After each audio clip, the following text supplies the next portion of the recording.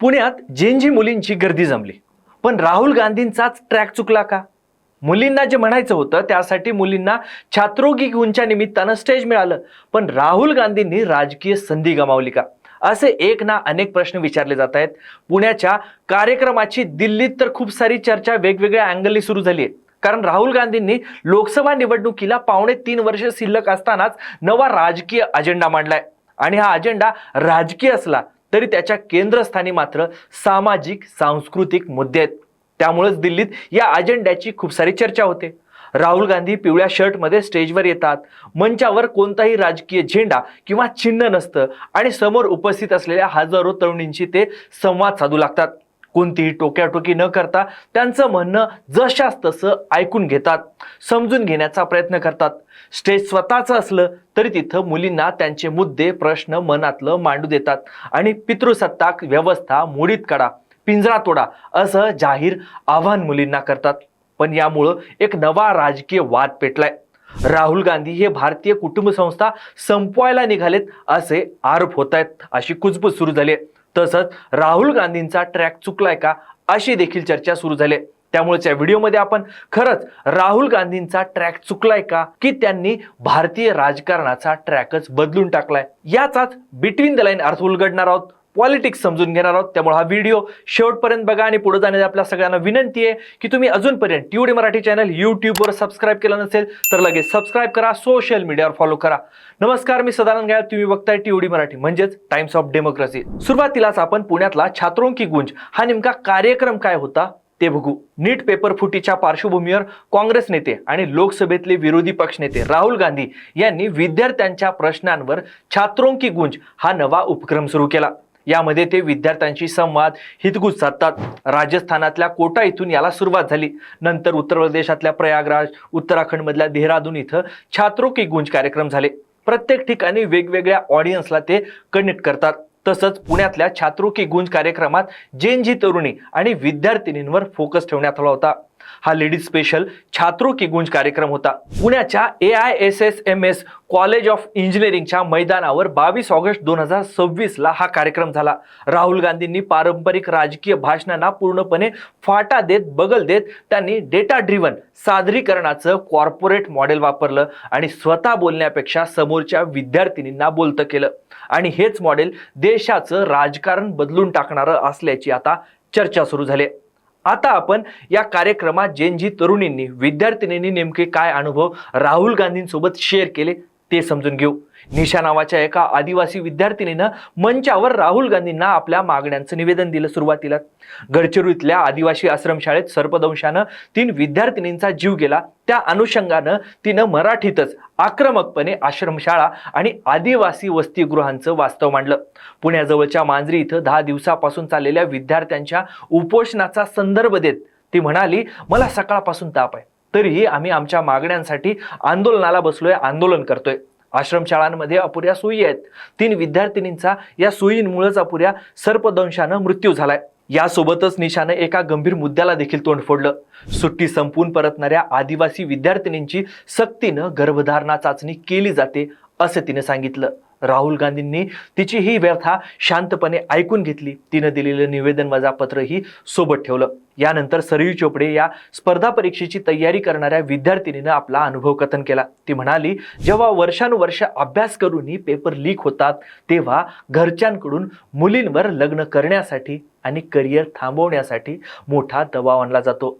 Cyber सुरक्षेबाबत प्रज्ञा गावंडे या विद्यार्थिनीने सांगितलं की AI तंत्रज्ञानाचा वापर करून मुलींचे अश्लील फोटो बनवले जातात आणि त्यांना ब्लॅकमेल केलं जातं. भिवंडी आणि पालघरहून आलेल्या मुलींनी देखील सांगितलं की पब्लिक ट्रान्सपोर्टमध्ये जागा रिकामी असली तरी पुरुषांशेजारी बसायला भीती वाटते आणि गर्दी असली तरी वाईट स्पर्शाची धास्ती असते. या मुलींनी सांगितलेले अनुभव, समस्या यावर पैसे देऊन तोडगा काढणं सहज शक्य नाही. सामाजिक सांस्कृतिक बदल हा या प्रश्नांवरचा कायमस्वरूपीचा तोडगा आहे. यासाठी खूप काळ सातत्यानं काम करावं लागणार आहे आणि त्यालाच राहुल गांधींनी तोंड फोडले. त्यामुळं राहुल गांधी फारच आदर्शवादी वागतायत अशी टीका त्यांच्यावर सुरू झाली. मग राहुल गांधींवर टीका का होते? तर यासाठी आपल्याला नाण्याची दुसरी बाजू देखील समजून घ्यावी लागणार आहे. राहुल गांधींच्या या कार्यक्रमावर आणि त्यांच्या विचारसरणीवर सत्ताधारी भाजपकडून अत्यंत बोचऱ्या शब्दामध्ये टीका होतीये. भाजप आमदार चित्रा वाघ यांनी राहुल गांधींवर महिलांचा अपमान केल्याचा आरोप केला. त्यांनी संसदेत महिलांना 33% आरक्षणाच्या विधेयकाला काँग्रेसनं वर्षानुवर्ष काय रोखून धरलं असा प्रश्न विचारला.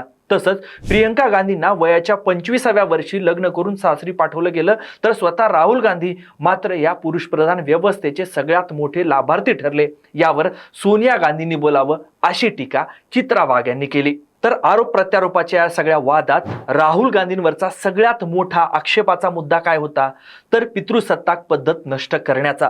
राहुल गांधींनी ज्या पितृसत्ताक पद्धतीला नष्ट करण्याचं आवाहन जैन जी तरुणींना केलं, ते आवाहन म्हणजे प्रत्यक्षात पारंपरिक हिंदू कुटुंब व्यवस्थेला नाकारण्याचं कारण आहे असा या टीकेचा रोख होता.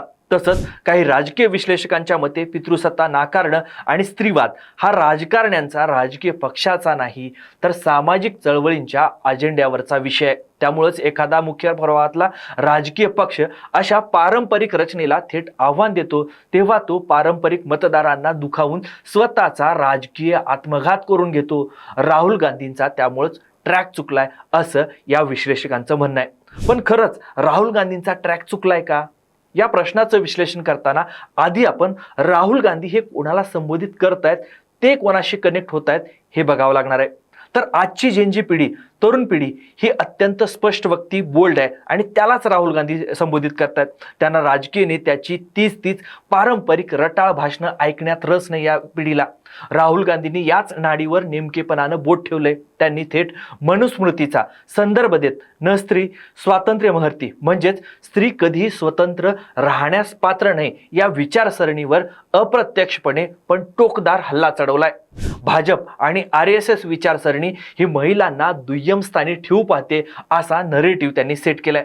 तसंच निवडणुकीपूर्वी महिलांच्या खात्यावर पैसे टाकले की महिलांचा मुद्दा संपला ही टिपिकल मांडणी देखील त्यांनी या निमित्तानं खोडून काढण्याचा प्रयत्न केलाय. मतं मिळवण्याच्या या मोफत योजनांच्या पलीकडे जाऊन राहुल गांधींनी महिलांच्या सुरक्षिततेचा आणि आत्मसन्मानाचा मुद्दा उचललाय, उपस्थित केलाय. ही एक मोठी वैचारिक खेळी आहे.